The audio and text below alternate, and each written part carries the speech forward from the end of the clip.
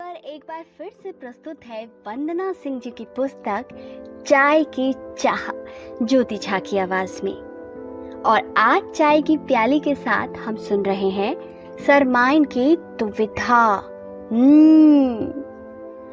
सुबह से ही शर्मा जी के घर लोगों का तांता लगा हुआ है। कभी मोहल्ले का कोई आ जाता था तो कभी कोई ऑफिस का सहकर्मी आ जाता था। पूरे दिन उनके घर में लोगों का आना जाना लगा ही हुआ था। कल शाम को शर्मा जी का एक्सीडेंट हो गया था। शर्मा जी कुछ सामान लेने अपनी बाइक से जा रहे थे, तभी गली के एक कुत्ते ने उन पर हमला बोल दिया। गलती उसकी भी क्या कहें, उसे भी आदमियों से डर लगता है, तो बचाव में उसके पास हमले के सिवा कोई चारा नहीं था। पर अचानक हमले के लिए शर्मा जी भी तैयार नहीं थे और इस हमले की वजह से शर्मा जी का बाइक से संतुलन बिगड़ गया। शर्मा जी वहीं गिर पड़े। शर्मा जी जो 55 साल के आसपास के थे, साथ ही भारी भरकम शरीर के मालिक भी थे। जब एक बार बाइक से उनका संतुलन खोया तो उनके शरीर में इतनी फुर्ती नहीं थी कि वह खुद को संभाल पाते। उन्हें जगह जगह खरोंच तो आई ही थी, पर शायद चोट पैर पर लगी थी। जब डॉक्टर को दिखाया तो डॉक्टर ने दाहिने पैर पर प्लास्टर लगा दिया। साथ ही साथ 3 हफ्तों का समय दिया प्लास्टर हटाने का। अब तो शर्मा जी 3 हफ्तों के लिए ऑफिस से सिक लीव लेकर घर पर रह रहे हैं और उन्हें देखने वालों एवं उनका हाल चाल पूछने वालों की लाइन लगी रहती है। शर्मा जी की पत्नी एक और तो उनकी देखरेख करती हैं, वहीं आने जाने वालों की आव भगत की जिम्मेदारी भी उन्हीं पर आ पड़ी है। शर्मा जी की पत्नी का नाम वैसे तो शैलजा है, पर पूरा मोहल्ला और जानने वाले उन्हें सरमाइन या गुड्डी की अम्मा के नाम से जानते हैं।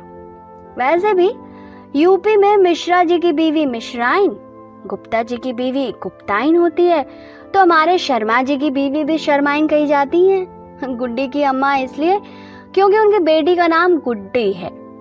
गुड्डी उनकी 20 वर्षीय बेटी है जो कॉलेज से बीए कर रही है। शर्मा जी इतने मिलनसार हैं कि राह चलते व्यक्ति से भी परिचय कर ले।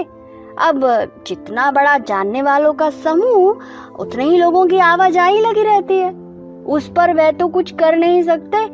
उनकी पत्नी का एक पैर मेहमानों के पास तो दूसरा चौके में रहता है। एक के बाद एक मेहमान आते रहते हैं। वही घिसी पिटी प्रश्नों की झड़ी लग जाती है। अरे शर्मा जी, ये सब कैसे और कब हुआ? शर्मा जी कहते, शाम जब हम बाइक से जा रहे थे, गली के कोने पर कुत्ते ने झपटा मार दिया। हमारा बैलेंस बिगड़ गया और हम बाइक लिए गिर गए। डॉक्टर के पास गए तो 3 हफ्ते का प्लास्टर लगा दिया है। अब ऑफिस से छुट्टी लेकर घर पर बैठे हुए हैं। अगला प्रश्न आता है, दर्द हो रहा है? अब भैया यह बताइए, जब एक खरोच से भी इतना दर्द होता है तो इतने बड़े फ्रैक्चर में दर्द तो होगा ही। ऐसे प्रश्नों से झल्लाने के बजाय शर्मा जी मन ही मन बड़े खुश होते थे कि उन्हें पूछने वाले इतने लोग हैं। वे तो गिन कर भी रख रहे थे कौन कौन उन्हें देखने आया है। दर्द के सवाल पर शर्मा जी अपने चेहरे पर दर्द के भाव लेकर आते, थोड़ा मुंह लटकाकर जवाब देते हैं, दर्द तो है पर पेन किलर से थोड़ी देर आराम हो जाता है। इसके बाद आने वाले मेहमान का एक सांत्वना वाला वक्तव्य आता है, चलिए कुछ दिन में आराम आ जाएगा। वह तो भगवान का शुक्र मनाइए कि आपको इतनी ही चोट लगी। इसके बाद फिर तो शर्मा जी को हर मेहमान के सामने अपनी टांग टूटने की कहानी सुनानी पड़ती थी। बस सामने बैठे हुए सुनने वाले लोग बदल जाते थे। उनके सुनाने का तरीका हर बार एक जैसा रहता था कि लगता था कि शर्मा जी नहीं, कोई टेप रिकॉर्डर बोल रहा है। ना एक शब्द इधर ना एक शब्द उधर, पूरे घटना का वृतांत वे हर बार एक ही समान सुनाया करते थे। इसी बीच सरमाइन नाश्ता लगा देती, कुछ नमकीन बिस्किट दे जाती, आने वाले मुंह में भरते और फिर सरमाइन चाय के लिए पूछती। बस इतना पूछना था कि लोगों की मांग आने लगती थी। भाभी जी जरा कड़क चाय बना दीजिएगा। कोई कहता चीनी कम ही रखिएगा, दूसरा कोई कहता चीनी ज्यादा और दूध ज्यादा। मेहमानों की चाहत के अनुसार सरमाइन 3 दिन तक तो चाय बनाती रही, साथ में कभी बिस्किट, नमकीन, पोहे, समोसे आदि मेहमानों को देती रही। उसके बाद मेहमानों की यहाँ वहाँ की बातें शुरू हो जाती, चाय की चुस्कियों के साथ। पांडे जी तो यहाँ तक कह रहे थे, ऐसे ही हमारे मौसी का लड़का गिरा था, वह तो बच ही नहीं पाया बेचारा। भगवान का लाख लाख शुक्र है कि आप सही सलामत है। अब पांडे जी की ये सांत्वना शब्द तसल्ली से ज्यादा तो डराने का कार्य कर रहे थे। लोग ऐसे ही आते और अपने अपने रिश्तेदारों, पड़ोसियों और आदि के उदाहरण देते कि कैसे उनके साथ भी ऐसा ही कुछ हुआ था और उनकी घटना का क्या परिणाम हुआ। आज सुशील जी आए हुए हैं, जो शर्मा जी के सहकर्मी हैं। दर्द के हालचाल के बाद चाय की चुस्कियां और साथ ही साथ राजनीति की बातें चलने लगी। उस पर थोड़ी देर बाद शर्मा जी कहते हैं, अरे गुड्डी की अम्मा, 1 कप चाय और बना दो, सुशील जी को ज्यादा चाय पीने की आदत है। इस पूरे एक्सीडेंट के किस्से में शर्मा जी का तो मनोरंजन हो रहा था। उन्हें लोगों का अटेंशन पाने में बड़ा मजा आता था, जो इस समय उन्हें भरपूर मिल रहा था। असली में जो झेल रही थी वह सरमाइन थी। 2 दिन तक तो बेचारी दिन रात काम करती रही, उसे खाने का भी होश नहीं था, या यूं कहे चाय बनाते बनाते खाने की फुर्सत ही नहीं मिलती थी। जब तक खाने का समय होता था तो कोई ना कोई आ जाता था, तो फिर से वह चाय बनाने में लग जाती थी। कभी कभी वह भी कुछ चाय की चुस्कियां ले लेती तो बची खुची भूख भी मर जाती थी।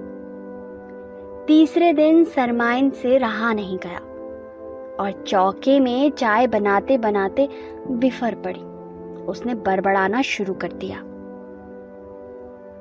हम अकेले जान क्या क्या करें, इनको भी देखो, चूल्हा चौका भी देखो, गिरे थे तो चुप नहीं रह सकते थे, खुद ही सबको फोन कर करके बताए जा रहे हैं, हम गिर गए हैं, हमें पैर में प्लास्टर लग गया है, तो लोग जने तो आएंगे ही देखने के लिए, इनका तो कुछ नहीं जाता, हमारी रेल लगी है चाय बना बना कर। एक बेटी है, वह भी हाथ नहीं बटाती, तैयार होगी और निकल जाएगी बैग टांग के कॉलेज। अरे 2-4 दिन कॉलेज नहीं जाएगी तो पहाड़ नहीं गिर पड़ेगा, दिखती नहीं माँ कितनी परेशान है। अभी वह बड़बड़ा ही रही थी कि मोहल्ले की सरला चाची पीछे से आ गई। उन्होंने पूछा, क्या हुआ गुड्डी की अम्मा, इतना काहे तमतमा रही हो?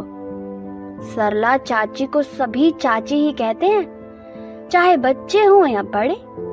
सरला चाची 5 फीट 6 इंच की थी, ऊपर से 84-85 किलो वजन। उसके ऊपर हमेशा चटक रंग की साड़ी पहनती थी। गोरी चिट्टी थी तो ये रंग उन पर जंचते भी खूब थे। पूरे मोहल्ले में वह समझदार महिला मानी जाती थी। मोहल्ले की औरतों को जब भी कोई सलाह मशवरे की जरूरत होती थी तो सब उनके पास ही पहुंच जाती थी। चाची जी भी शर्मा जी की खबर सुनकर उनका हाल चाल लेने आई थी और तभी उन्होंने सरमाइन को बड़बड़ाते हुए सुना। सरमाइन ने लाचारी जताते हुए कहा, चाची नमस्ते। बस कुछ नहीं चाची, 2 दिन से घर चाकार गुड्डी के पापा की तीमारदारी करते करते परेशान हो गए हैं। ऊपर से जितनी बार लोग इनसे मिलने आते हैं उतनी बार चाय नाश्ता का कार्यक्रम चलता रहता है। चलो नाश्ता तो बाजार का चल जाता है, पर बार बार चाय बनाते बनाते खाना बनाने का समय ही नहीं मिल पाता। ऊपर से गुड्डी भी कोई मदद नहीं करती। अब आप ही बताइए चाची, हम अकेले क्या क्या करें। कुछ लोग तो आते ही हैं, तो उनकी चाय की फरमाइश भी अलग अलग होती है। किसी को कम मीठा, किसी को ज्यादा, किसी को दूध वाली, किसी को कड़क चाय चाहिए। अब तो हम चाय बना बना कर थक गए हैं। 1-2 दिन के बाद कुछ और है। ये कहानी तो जब तक ये प्लास्टर में है तब तक चलती रहेगी।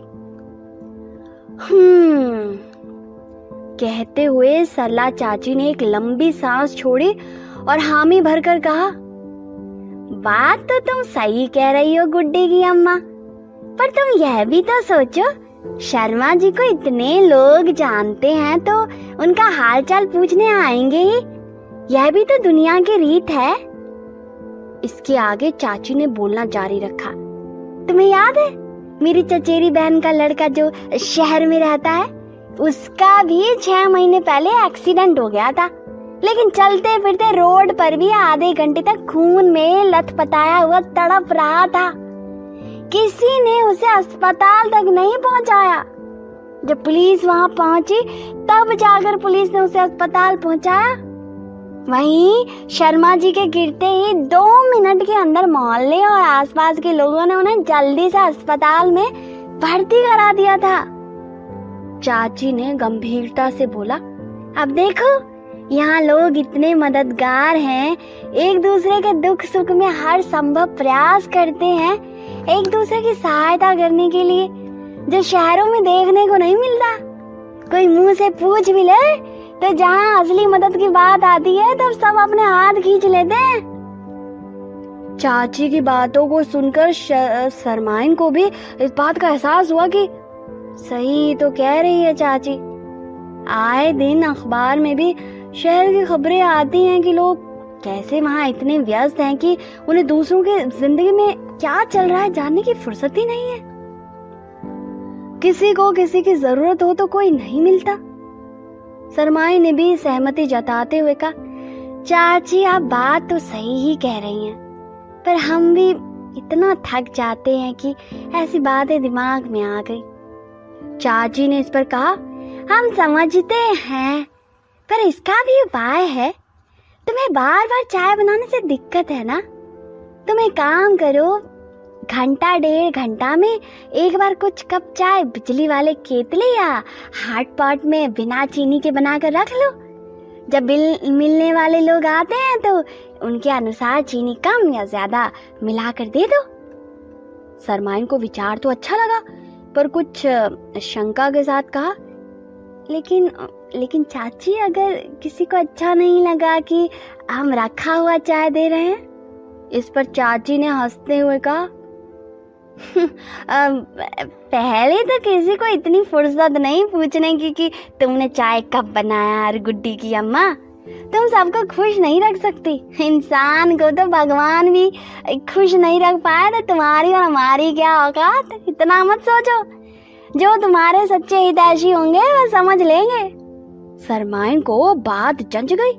इसके बाद तो कैसे 3 हफ्ते गुजर गए उसे उसका पता भी नहीं चला, बल्कि वह भी लोगों के साथ बैठकर बातें करने लगी, क्योंकि उन्हें चाची ने एहसास करा दिया था कि लोग ही हैं जिनसे हमें अपने होने का एहसास है। सभी को एक दूसरे के साथ मिलकर चलना चाहिए। और चाय की समस्या को सुलझाकर उसने यह भी समझ लिया था कि कोई समस्या इतनी बड़ी नहीं होती कि उसका उपाय ना हो। एक अच्छी चाय की महक जैसे लोगों को अपनी ओर खींचती है, वैसे ही एक सच्चे रिश्ते की महक लोगों को एक दूसरे की ओर खींचती है।